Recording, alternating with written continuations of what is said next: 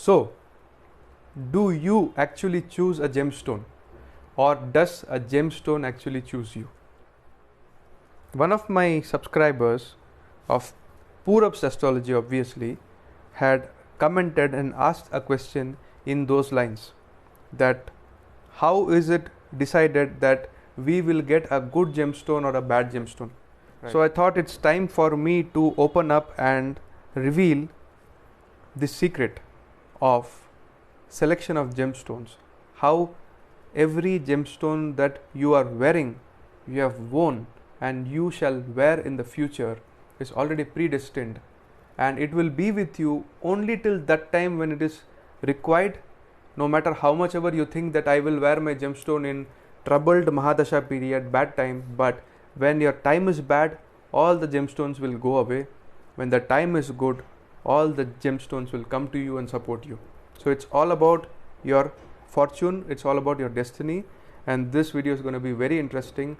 So hey guys, what's up? I hope you guys are doing great, and I welcome you back to Purab's Astrology.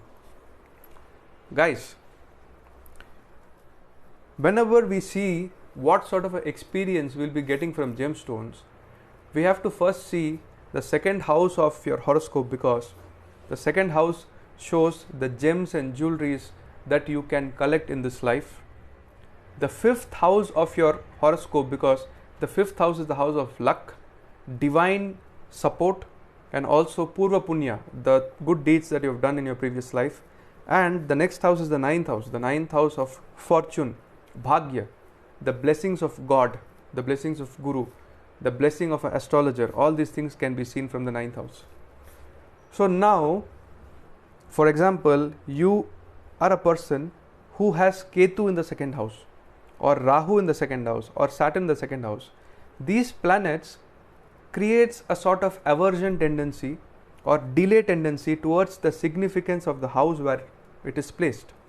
So the second house being the house of gemstones, collecting gems and jewelries, you will feel an aversion and you will feel that this is not the right thing for me. I will not wear a gemstone. So even though you have a good fifth house, the house of luck and purva punya, even though you have a good ninth house, the house of bhagya, fortune, but because there is a cutoff factor happening in the second house, so you won't be able to choose a good gemstone, or the gemstone will not come to you. So primarily the gemstone enters into your life through the second house. The next thing is that the ninth house of your horoscope shows the divine blessings that you are having. So you have collected a gemstone from the second house, but how much divine power, how much blessings it will give you, and how much effective it will be in your life will be judged and decided only through the ninth house of your horoscope and the lord of the ninth house of your horoscope.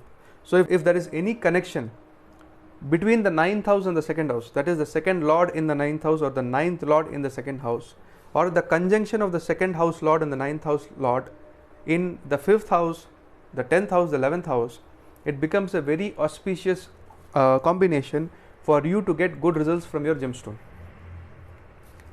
Also, if the ninth lord is placed in the fifth house, then through the deeds of the previous life, through your purva punya, you will be getting good blessings in all the domains of the ninth house. And so the good ninth house also shows that the gemstone will deliver you results, because a good ninth house and the connection between the ninth and the second lord will create an auspicious combination. Right. Now there are certain people who pay a huge sum of money. For example, somebody who is a rich person is buying a ruby, and that ruby is costing him 10 lakhs or 12 lakhs, and there is an average person who is wearing a ruby with maybe 25,000 worth or 30,000 worth. For example, this is a ruby which is 25,000 worth, right? Now it depends how strong your fifth house is, because the fifth house is the house of mantra.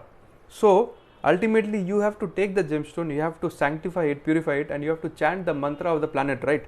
For example, if it is sun, then you have to chant Om Hram Hrim Hraum Sa Suryaya Nama. If it is moon, then you have to chant Om Shram Shrim Shraum Sa Chandramase Nama. Or if it is Jupiter, then Om Gram Grim Graum Sa Gurave Nama. So depending on the planet, you have to chant the mantra of the planet and energize the gemstone, and after that only you can wear it. Now somebody who is a rich person who has a good second house but a bad 9th house or a 5th house has purchased a good quality gemstone, but he has failed to activate it through the mantra, right? So because of that, the efficacy and the efficiency of the gemstone is reduced. But you have, like me, I am also a common person, so you have purchased a average medium quality stone, but with faith, with devotion, you have actually chanted the mantra and you have activated the gemstone, so it will actually deliver more results or more effective results in comparison to the ruby, which is 10 lakh worth. So it doesn't matter if somebody is buying a ruby with 10 lakhs and 15 lakhs and you are able to afford a ruby of 5,000, 10,000, 15,000, 50,000, 30,000, whatever it may be.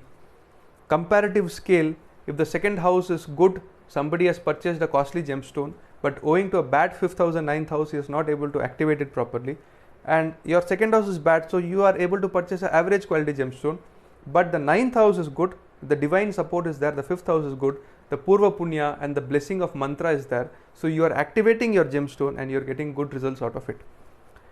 So the next thing is based on planetary mahadasha. If you wear a gemstone during Ketu mahadasha, if you are running a Ketu mahadasha, then whatever good things you do, whatever costly gemstone you have worn, you have purchased, you have sanctified it also, but because of the planet Ketu has a separative tendency. So because of the separative tendency of Ketu, you will be wearing that gemstone during Ketu Mahadasha, but the moment the Ketu Dasha will go away, you will be separated from that gemstone. I have seen it happening. The next criteria is, if you are wearing the gemstone of any planet which is placed in conjunction with the planet Ketu, for example, you have a Venus conjunct with Ketu, or a Mars conjunct Ketu, or Saturn conjunct Ketu, or Mercury conjunct Ketu, then you will wear the gemstone, but you won't be able to wear it for a long time. It will create problems in your life. Somehow it will get shattered or broken, or you will lose it. It will get separated from you. So you won't be able to wear the gemstone of a planet which is conjunct with Ketu. There is only one criteria where you can wear the gemstone of a planet which is conjunct with Ketu. That stone has to have a cut or a crack in it. Only then it will continue to remain in your body. If there is no defect, there is no cut, or there is no bubble or some sort of inclusion in the gemstone, then that gemstone, Ketu, will not allow you to wear it for a long time.